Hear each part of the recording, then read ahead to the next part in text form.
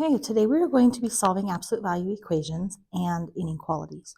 So our objective right here is going to be solving absolute value equations and inequalities, both graphically, using a graph, and algebraically, using our algebra skills. So first I'm going to show you graphically. So to solve these absolute value equations graphically, we want to think of them as two separate functions, one on each side of the inequality. The equality. For example, here I would think of this as one function, for example, f of x, and this other side of the equality as another function, g of x, and I want to know when are they equal. For what value of x can I put in here and get these to be equal? So I could do these graphically by hand, so I'm going to show you both ways. I'm going to show this one graphically by hand. So first I'm going to graph the one function. So I'll come in, put in my axes. Okay, so now I want to graph this first f of x. So basically I'm graphing y equals the absolute value of x minus 5. So that's going to take our standard parent function, and this minus 5 is going to move it to the right 5. So I'm going to take my standard absolute value function again. The parent absolute value function is just that v, right? That goes like this. I'm just going to kind of put dots in and like, this. Okay, and I now want to move it right 5. So we're going to come over and move it right 1, 2, 3, 4, 5 and put it right here. Let's go ahead, let's sketch that in. There's the one half of the V. There's the other half of the V. So there is my one side of the equation. So I just graphed just this side, the x minus 5. Now I'm going to come in, I'm going to switch colors. Oh, let's go to green. Oh, purple. That's fun. And we're going to graph this other side. So I just want to graph now y equals 3. So I want to graph y equals 3. If you notice, this has no x in it, which tells me that y always equals 3. So I come here to my y-axis, which is right here, go up to 3, and I want to have a line right like that. So many of you say, oh, it's a straight line. Okay, all these lines are straight, but it's what we call a horizontal line. Y equals 3. Okay. So now I'm looking for my solutions here would be the points that are on both graph. I want a point that's both on the purple and the blue. Well, that would be that point right there and this point right here. So this one looks like it has an x value of 2. This one looks like it has a value of 5, 7, 8. So it looks like there are two x values that will work in both of these equations, 2 and 8. So it looks like x equals 2 or x equals 8. We've got two solutions for this. Now to verify, you always want to check or verify. I'm going to come in and I'm going to put them in there. The absolute value of 2 minus 5. So again, absolute value, I'll work inside here first. What's 2 minus 5? 2 minus 5 is negative 3. The absolute value of negative 3. Well, how far is negative 3 from 0? 3 units away. And that's what I wanted to get right there, that 3. Check that one. So 2 worked. What about 8? The absolute value of 8 minus 5. 8 minus 5 is 3. The absolute value of 3 is 3. Check. That one worked as well. So there are my two solutions, 2 or 8. So this is what we call a solution set, meaning there's more than one solution. So a lot of times we write it in set notation with the curly brackets. The solutions are 2 and 8. So 2 and 8 work. Okay, so there's us graphing it longhand without a calculator. Okay, now I want to look at graphing it with a calculator. So to do this with a calculator, so open my graphing calculator. Okay, oh, I have some other stuff in there. Let me clear that stuff out. And I want to graph the absolute value. So basically, I want to graph this as one function and then this as my other function. Okay. So to graph the left-hand side, I need absolute value. Well, if I haven't shown you yet to get the absolute value, you're going to use the second button, which is right there, which I can't draw on it. It won't let me circle it. And then you want the catalog button, which is down there at that 0. So there's that 0. If you see right above it, that 0 button, it says catalog. That is the button you want. So I'm going to hit second and then catalog, and it brings this up. Now you're going to arrow down till you see the one that says ABS right there. If you can see it, ABS. Okay, and so I'm going to select that one or arrow down, highlight it, hit enter. So then it puts the absolute value in my y equals. Now it might come in the lines or it might just say ABS. Either way, it's fine.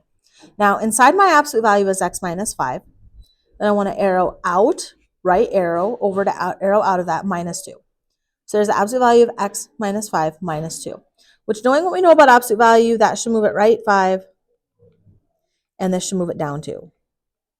So we can go ahead and look at the graph. Yeah, that looks right 5, down 2. We look pretty good there. Now for the other one, y equals 1. We can just type in 1, enter, and graph. So there are my two graphs.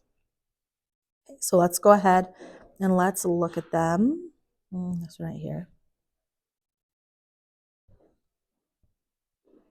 Ooh, super big. Let's shrink that up. Okay, so I'm just going to put this in here so I can draw on it.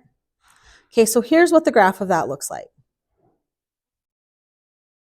Okay, so again, we want the points that work in both of them. Okay, so looking in here, it looks like maybe this point right here and this point right here. So now I have to figure out what is that point right there going to be and what is this point right here going to be. So I will go back to my calculator. Okay, so it looks like that point right there. So I'm going to hit the trace button. The trace button is right there next to graph, and we're going to arrow over until we get close. It looks like, I'm looking here, it looks like an x value of maybe there's 2.85. Looks like an x value of maybe 2. So I'm going to type in 2, enter.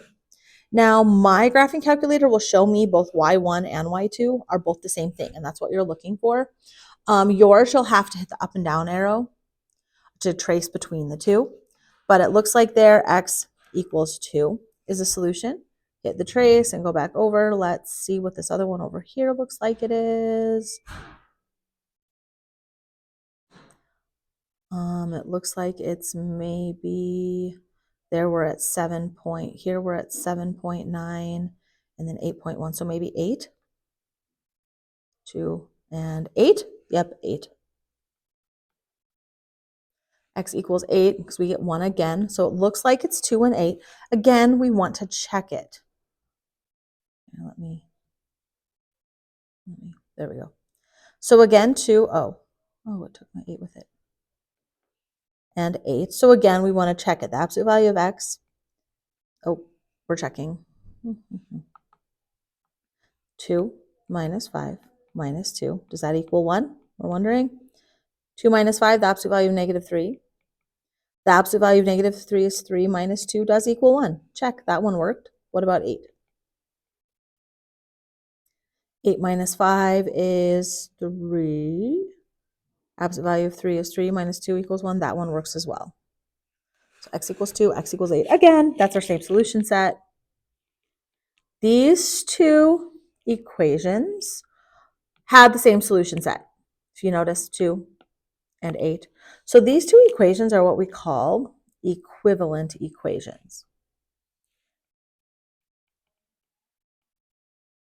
because they have the same solution set. And if you notice, I can get from this equation to this equation by adding 2 to both sides. Okay, and then I would get the absolute value of x minus 5 plus the 3. Okay, so they are what we call equivalent equations. So we can just add 2 to both sides to get from one to the other. All right, now we're going to solve absolute value inequalities graphically. So here we're going to be looking at inequalities. Again, our inequalities are the less than greater than or the less than equal to greater than equal to. Okay, these are going to be solved very similar to your equations that we just did, except our solution will be a set of numbers, a group of numbers that we'll have to use an inequality symbol to denote.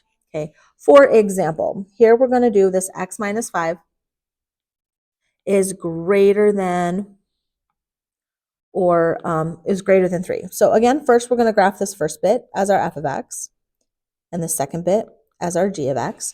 So again, we're going to come in, I'm going to graph this by hand.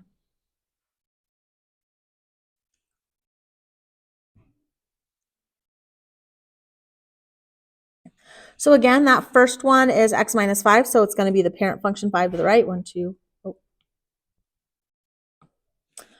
1, 2, 3, 4, 5, right here.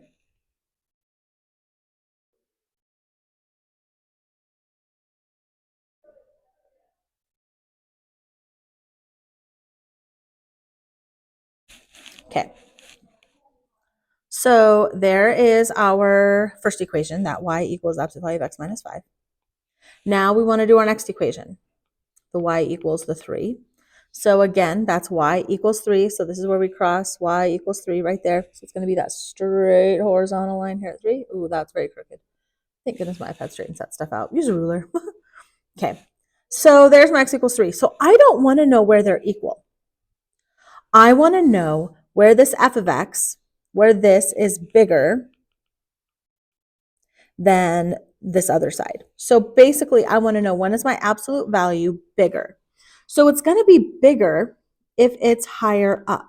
So it's bigger, this blue is bigger than the red for everything from basically here to the left, all of that. Okay, and it's also bigger, here, let me move that, everything from here to the right, because again, the blue here is above the red, and above, greater than is, I want the blue to be above the red. So basically it's everything from this point here, which is 2, everything from 2 on down. So everything from, okay, from 2 on down. Okay, and then coming here everywhere from 5, 6, 7, 8 on up. Okay, so how do we want to denote that? So anytime I put something from 2, basically anything from 2 on down, which would be less than 2. If I put any number in less than 2, this blue side is going to be bigger than this side. So any number, so I would say any number less than 2. Oh, that isn't how you spell then. Or any number greater than 8. So if I put in a number less than 2, such as like 1.8, 1.8 will work. If I put a 1.8 into here for x, this side will be greater than that side. Okay. So, but I can write this better. I can write this shorter. Instead of all of these words, I can do it shortcut with symbols. I can say x has to be less than 2, or x has to be greater than 8. Again, I use an or because it's only one or the other. I don't have any numbers that are down here, but at the same time also up here. So it's one or the other. So that's how I use or. So it's any number less than 2 and any number greater than 8. Okay. All right, we're going to go ahead and we're going to do this next one.